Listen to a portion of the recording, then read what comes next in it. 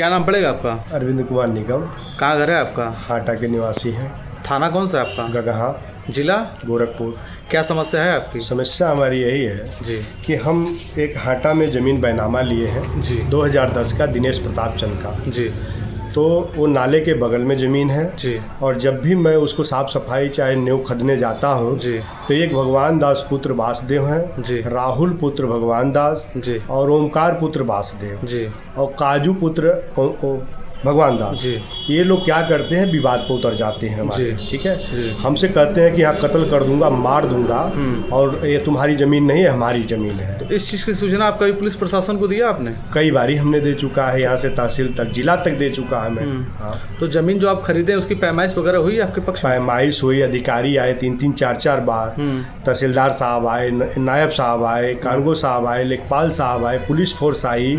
उनके मौजूदगी में जो है कि पत्थर से पत्थर नाप करके और नाले का सीमांकन कर दिया गया, जो पत्थर गाड़ दिया गया, नाले की रिपोर्ट बन गई, हमारी जमीन शेष छोड़ दी गई। अधिकारियों ने लिखित में दिया कि नाले से सटे पार्वती देवी पत्नी नंदलाल की जमीन है, तो भी वो मानने के लिए तैयार नहीं है। वो कत्ल बलवा पे उतारू हो जाए। जब अधिकारी ने रिपोर्ट लगा दिया तो उनके मानने या न मानने से क्या होता है? आपने पुलिस प्रशासन को अभी अवगत कराया आपने? हाँ, अभी मैं गया था कि जो है कि 15 तारीख को मैंने गया था, उनसे कहा एसओ साहब से कि सर देखिए मैं अपनी ज़मीन का साफ सफाई करवाने के लिए आया और ये जो है कत्ल बलवा पे उतारू हो गए, बोल रहे जान से मार दूंगा अगर यहाँ पर तुम चढ़े तो। अच्छा हाँ, तो उसके बाद आप डीएम साहब के पास भी गए हुए थे? हाँ गए थे वहाँ पर तहसील पे, जो है कि डीएम साहब आए, पता लगा। हाँ, तहसील कौन सा है आपका? बांसगांव। अच्छा, क्या कहें आप डीएम साहब से? मैं गया, डीएम साहब से कहा कि साहब देखिए हमारा सारा रिपोर्ट बन गया है और जो है कि एक हमारे बगल में व्यक्ति है भगवान दास, ओमकार, राहुल गुप्ता, काजू गुप्ता निगम, और जो है ये लोग कत्ल बलवा पर उतारू हो जा रहे हैं, कह रहे हैं कि हमारी ज़मीन है, कभी कहते हैं नाले की ज़मीन है और नाले का सीमांकन हो चुका।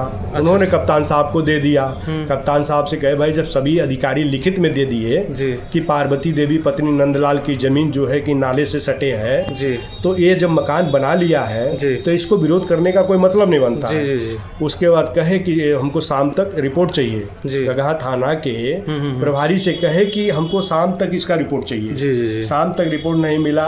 मैं मंगलवार के जगह बुधवार को गया, गुरुवार को गया, गुरुवार को कहे, बुधवार को कहे कि लेखपाल साहब से बात करवाओ हमारी।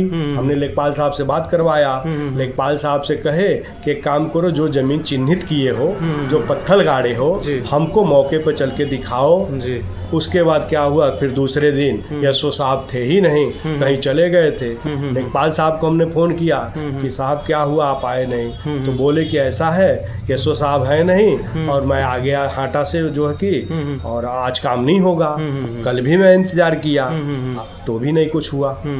क्या कहना चाहते हैं आला अधिकारियों से आप? अधिकारियों से यही हम कहना चाहते हैं कि जो सही चीज़ है वो करके दे दिए। 3-3 बार 4-4 बार जो है कि पूरी टीम पैमाइश करी आकर के की जी। तो एसडीएम साहब को जब नहीं संतुष्टि मिला, प्रधान जी को नहीं मिला, तो प्रधान जी ने कहा कि भाई बाहर की टीम लाओ। तो बाहर की टीम, गगहा की टीम आकर के उसकी पैमाइश की, बांसगांव की टीम आकर के पैमाइश की, तब जाकर के हमारा रिपोर्ट बना। आला अधिकारियों से क्या कहना चाहते हैं? हम अधिकारियों से यही कहना चाहते हैं कि जो वो बदमाश किस्म के आदमी हैं उनको जो है कि पूरा अच्छी तरीके से दंड दिया जाए। अच्छा। हाँ। तो जब सारे अधिकारी आपके फेवर में रिपोर्ट लगा दिए उसके बाद भी ये आला अधिकारी जो पुलिस प्रशासन आपको न्याय नहीं दिलवा पाए, पुलिस प्रशासन, इसके विषय में आप क्या कहना चाहते हैं? हम पुलिस प्रशासन से यही कहना चाहते हैं कि जब भी हम गए, एसओ साहब बहुत टाइट होकर के हमसे बात की जी। एसओ वर्तमान एसओ आपसे बहुत टाइट होकर आपसे कि ठीक है जाओ, ठीक है जाओ, हम आते हैं। अच्छा, हाँ, ये चीज़ है। हाँ, चलिए ठीक है, धन्यवाद।